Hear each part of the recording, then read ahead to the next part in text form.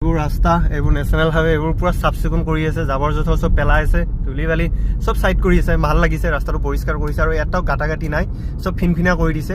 বৰ্তমান যদি দুই এটা আছে সেইবোৰ ফিনফিনা কৰি দিব, মোৰ বিশ্বাস আছে, কাৰণ আমাৰ এইটো ইয়াতে মানে প্ৰধানমন্ত্ৰী ডাঙৰীয়া আহিব। আৰু যিটো ৰাস্তাৰ কথা ক'লো মই এইমাত্ৰ, এইটো ৰাস্তা আছে Jalukbari two Baihata Chariali national highway. এইটো ৰাস্তা এতিয়া বৰ্তমান ঠিক কৰি আছে, চাফ চিকুণ কৰি আছে, ভাল লাগিছে।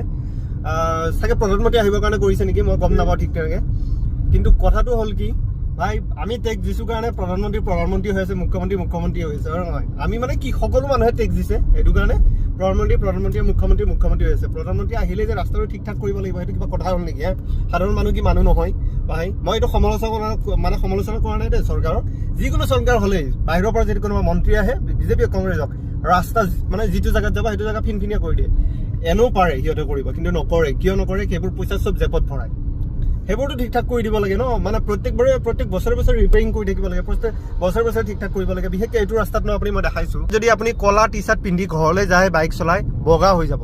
এনেকুৱা ধূলি বালি বোকা হাবি জাবি, মানে উৎপাত নাই। এতিয়া ৰাস্তা চাওকচোন কি বনাই আছে, টিপটপ কৰি বনাই আছে।